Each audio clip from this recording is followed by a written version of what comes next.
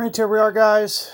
Back for another tutorial here for the free to play hole 9. And we'll see what we can do on this one. A couple different things to think about. You know, distance may come into the equation, so I may use the extra mile. I don't see distance really being the reason that I mess up here. But even if you do go long, it's not necessarily a problem. So you'll just want to make sure it's in the fairway or hits the fairway on the first hop. That's the big thing. And then anything else is just kind of supplemental, because even if I go long there, I would imagine I'll still be able to get this one. So with that in mind, you know, I got to either go with this or the extra mile for the extra few yards. And if I can just get it to land around there, that's all I really need. So maybe just a little bit of backspin. Just a tiny bit of power as well.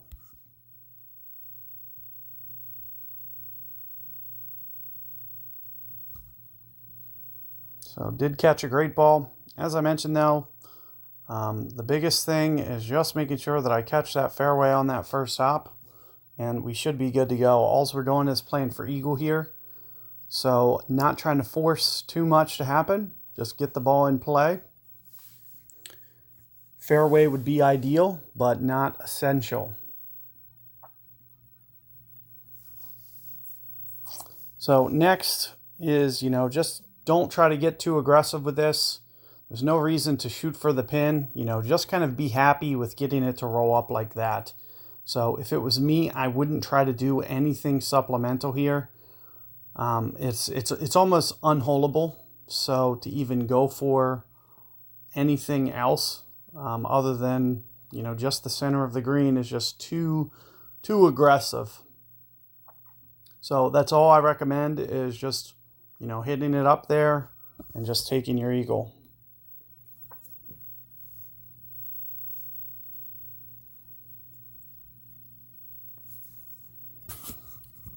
So that's all we're going to do here. Just full backspin it. Check out what the ball guide looks like. And essentially just going to hit for this right here. About a 6-ring adjustment or so.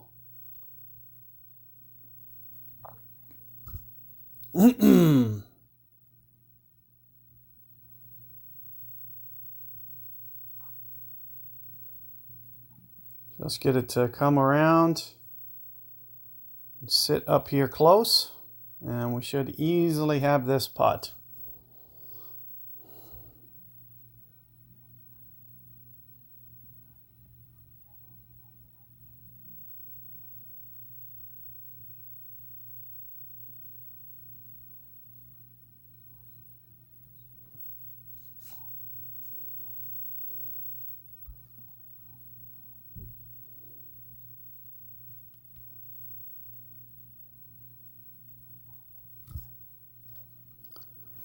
And sure enough, roll in the eagle. Just secure that. The last thing you want to do is give up a birdie there. That is the toughest hole on this setup in terms of like technically what you need to do. So you'll just want to be very cautious.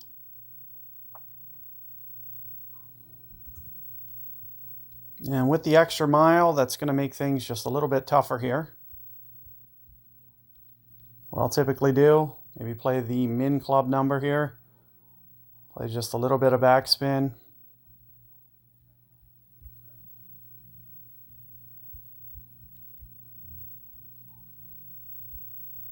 I'm thinking somewhere in the neighborhood of 3-ish rings for this adjustment.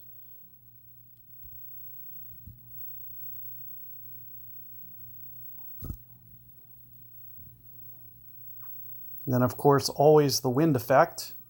So you'll want to make sure that you are playing that nice wind effect. And it looks like it's just coming up a bit short. Can be a little bit technically challenging on this hole, because you never know if you're going to get that scoot through bounce.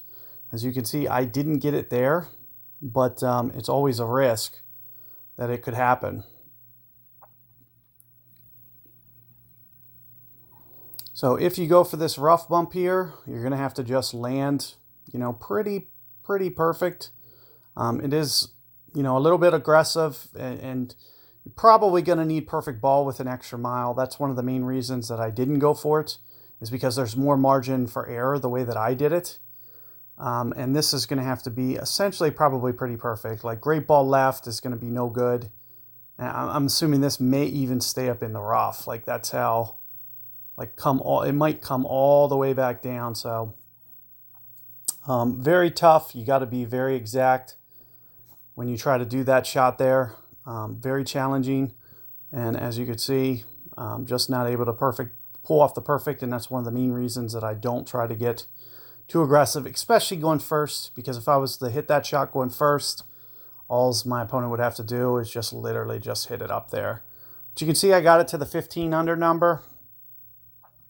So there's actually somebody in my division here. They actually are basically just, staying in pro for whatever reason.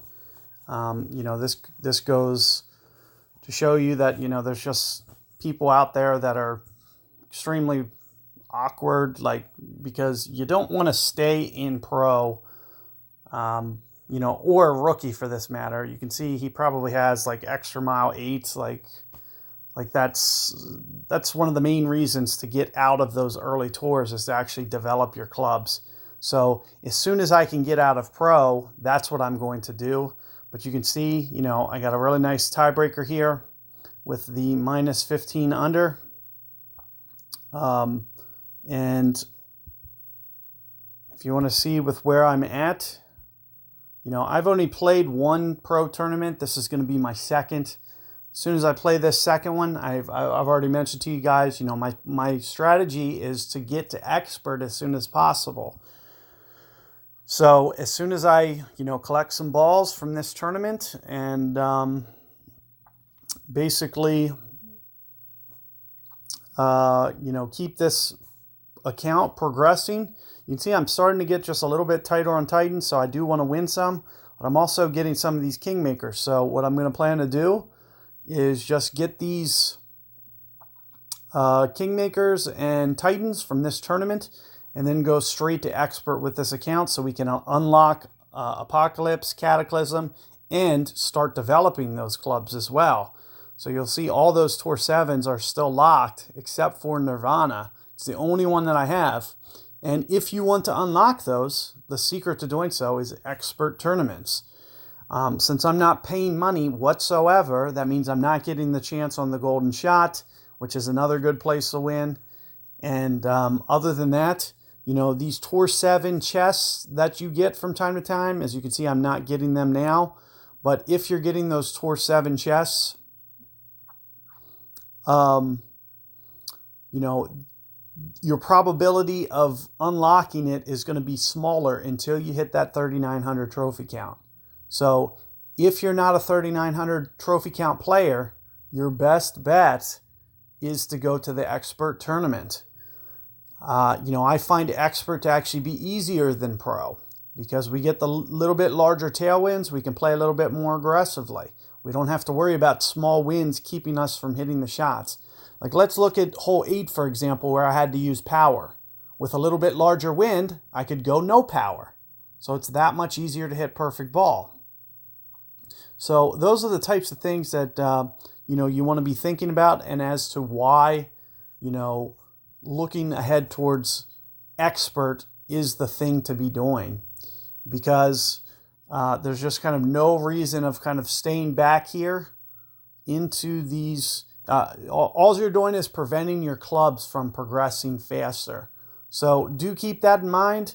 Good luck with your rounds out there, guys, and be on the lookout for the updated opener when I get the time to shoot that. So if you have a similar account, this is going to be a good tournament for you to just check out these alternate shots. Good luck out there, guys.